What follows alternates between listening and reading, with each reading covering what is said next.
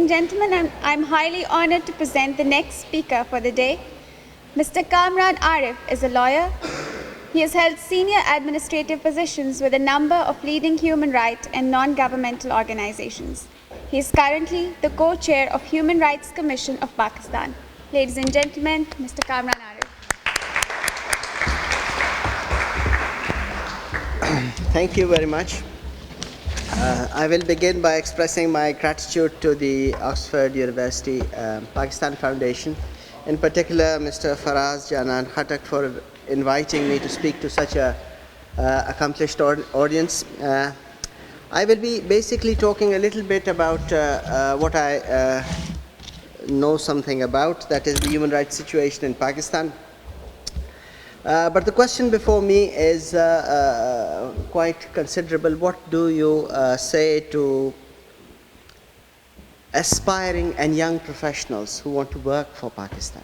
Well, if I have to give you one sentence, my advice in one sentence, that would be that there are quite a few opportunities for working in Pakistan, and there are considerably more challenges facing you if you decide to work on issues in Pakistan, issues relating to law, issues relating to human rights.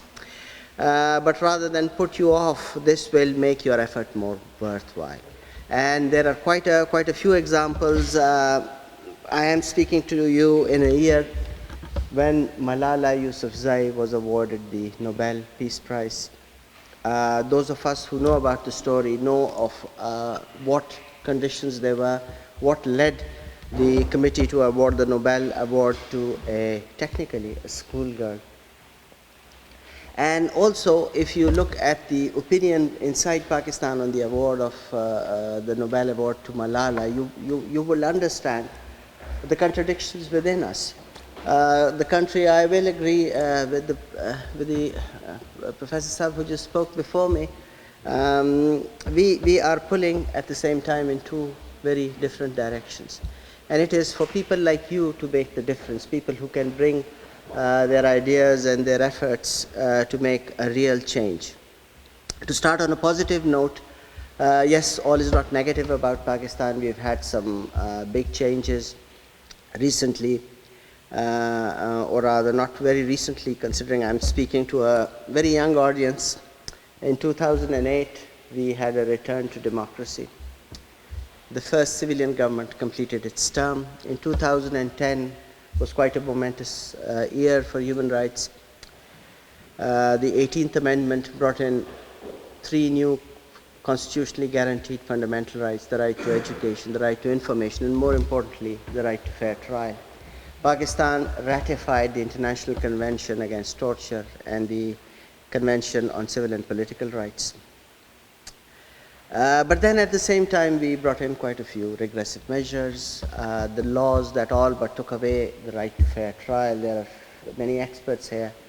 Pakistan, of course, has been experiencing some troubles, insurgencies in parts of the country, and to counter that, some of the laws enacted take away quite a lot that has been given by the developments and the laws that we brought in after 2010. There are several reasons for why there is a negative image of Pakistan. One of the reasons, of course, is that even after the passage of almost 60 years since independence, we are still struggling with our governance setup, with bringing democracy into the country. Our rurals, whoever they are, whether military or with even democratic, they are always very fearful of giving rights to the people. These fears are usually expressed in existential terms. And so quite a lot of the actions and the legislations are basically preventing people from attaining those rights. And that's where the human rights activists, young aspiring lawyers, and political activists that you aspire to be can make a big difference there. And just to highlight that, I will just talk about 2 or 3 problems. But before that, I will also like a little bit about something that change can be brought in Pakistan. And a case in point is not long ago we had a lawyers' movement. When President Musharraf tried to bring in his second coup, a coup against his own government, and dismissed the Prime Minister, dismissed the Chief Justice of Pakistan. Basically, the lawyers' movement was for restoration of the Chief Justice on one point of principle, if that can be, it can be so stated or translated, that it is not the executive that give directions to the judiciary, but it is the judiciary that can give direction to the executive, and that is how a constitutional run democracy basically runs. It was the young lawyers who initially started that movement. Oh, of course, all the senior lawyers, and some of them were already there, but that was a change that was brought upon mainly by young lawyers.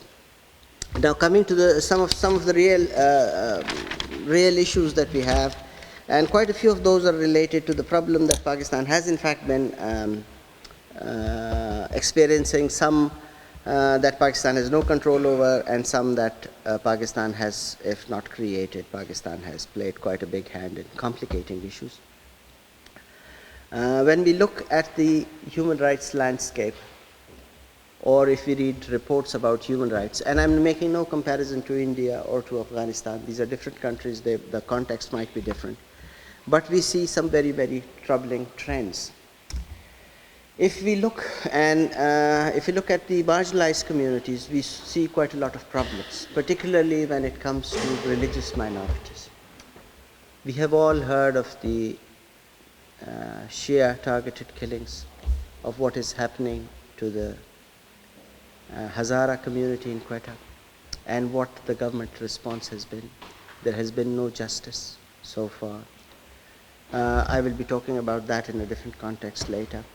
And the other issue is, of course, the long-standing issue that we have of the persecution of the Ahmadiyya community, the blasphemy laws that are continuously being misused.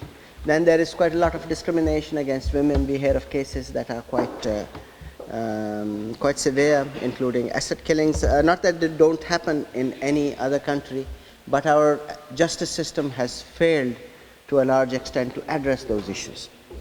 There are problems with enforcing the rights of children. We have now new problems as well. Children's schools are being blown up by various terrorist groups, and also there's an issue of child labor, which has been going on for quite a while. Bonded labor is also a concern in parts of Pakistan.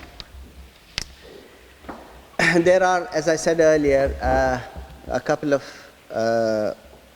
insurgencies going on, troubles, if I may call them, in the federally administered tribal areas and also in parts of Balochistan. The way it is being tackled by the government, the laws and the administrative measures do not fare well for within both the constitutional as well as the human rights framework. Access to justice remains a very big issue. One of the biggest issues that we are facing, and which we have failed to address, is the issue of torture. The criminal justice system in Pakistan relies very, very heavily on torture, and as a result, Pakistan, the police in Pakistan, the law enforcing agencies, have not developed the capacity or the skills to undertake scientific investigation of criminal cases. So torture might work well with marginalized communities, against marginalized or individual groups, but when torture is used as a means of investigation for serious cases like in sectarian cases or terrorism cases, it completely fails, because it's useless torturing a hardened criminal or a hardened terrorist. Have an answer for some of our most pressing issues. Then there are other failings of the criminal justice system, including the use of death penalty, although there is an unofficial moratorium on the use of death penalty. Pakistan has at the moment more than 8,000 people on the death row. 20,000 is the known death row population of the world. So 1/3 of the death row prisoners in the world are in Pakistan. And that is something that we have to come to terms with, and it's something directly related to the issue of criminal justice. Then there are general access to justice issues, and I think those of us who are working on rights, those of us who are working on legal issues, or becoming lawyers, or are or are freshly become lawyers, that is something that would be most worrying. Quite a large section of Pakistan's population have no access to the justice system, because Pakistan has no organized legal aid mechanisms. So the courts are there are quite a few courts. The courts also have quite a lot of problem with delays and with the congestion within the court system. But quite a large population of the country are unable either to access a lawyer due to various constraints, like women in the rural areas. It is almost impossible for them to cross the cultural barriers and seek advice on even simple issues like claiming their inheritance, which the law which Islam gives them, a right that is given to them by both the religion and the laws of the country, and also family matters. And that is something that means that the law in Pakistan does not work for everyone. It only works for people who are either privileged or who have considerable resources. And this is a very, very big hurdle in attaining both the human rights and sort of providing justice at a large scale for a lot of people, or I should say the vast majority of the people. And where do these vast majority of people end up? They end up before informal tribunals, which go by various names, including panchayat and a jirga. And these tribunals or institutions, or whatever you might call them, have two things in common. Firstly, they do not rely on evidence. They rely on hearsay evidence. And secondly, they do not enforce the laws of Pakistan. So the protection given by laws of Pakistan is not available to those people. These institutions enforce either a very regressive interpretation of the Islamic law or their own interpretations of culture. And that basically means that the laws that have been framed through a proper constitutional process are useless for quite a large number of people whose cases end up before these informal institutions and not before the courts of law. My last point would be about special areas. Pakistan still has, and I think there was a session about that, special areas where the laws of Pakistan do not apply in toto. And I'm talking about 2 or 3 areas. The most important of those would be the federally administered tribal areas, which paradoxically they do elect representatives to the National Assembly of Pakistan. Their MNAs come into the National Assembly and they legislate for the rest of the country, but not for FATA.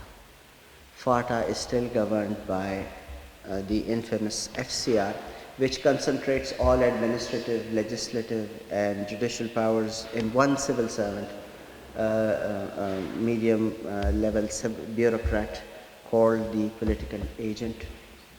And there are quite a few issues with those laws. To highlight that, I will just give you one example, and that basically illustrates what people go through. It was quite a few years ago, maybe 5 or 10 years ago, that I went to the lock of the political agent Khyber agency. So I was there to sort of look at one of the journalists who was being detained there. And so the word came out that a legal aid lawyer is in the vicinity. So one very old man came to see me. He wanted to see me, so I sort of took him to a side, and I said, "What is the problem?" So he was accused of murder. He was quite a fairly old, he was fairly old man, maybe 70 years old. And at that age, he had taken a young wife. And so he had suspicions that she was seeing a much younger man. One day while walking in the bazaar, he saw the young gentleman, and so he pulled out his gun and killed him. Then he went home so that he could kill his wife. And if he had managed to kill his wife, then it would have been no offense, because that was the customary law.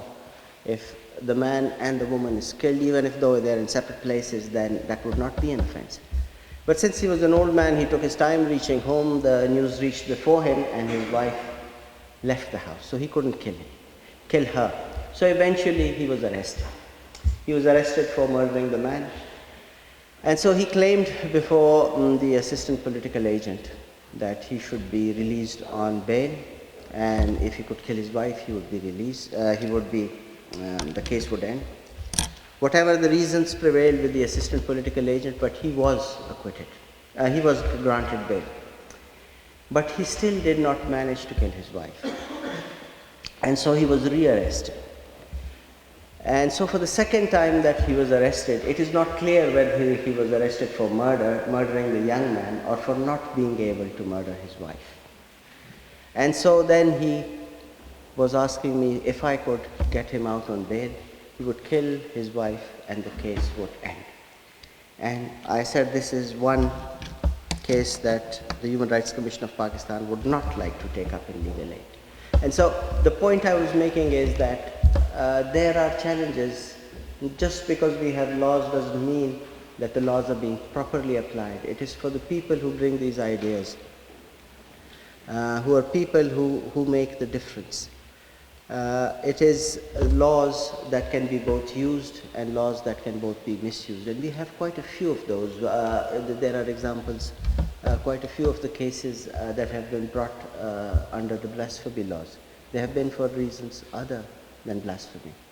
The list goes on. And so the issue and the point that I was trying to make is that we have a very long struggle ahead of us if we have to ensure that everyone has access to justice, to the rights that the Constitution grants to the people of the country, and if we have to make human rights a reality for the people of Pakistan. It would be for young leaders like you, be they lawyers, be they sociologists, and social sciences for me are very important, because when we plan advocacy, like we are planning something against the death penalty or against police torture, and maybe some of the experts present in the room will agree with me, we have absolutely no data, we have absolutely no academic material on which to build these campaigns or to work on these issues. And so it is for all of us, particularly those of us who have had the good fortune of having a privileged education, that we play our bit, and so that we can make justice and human rights a reality for the people of Pakistan. Thank you very much.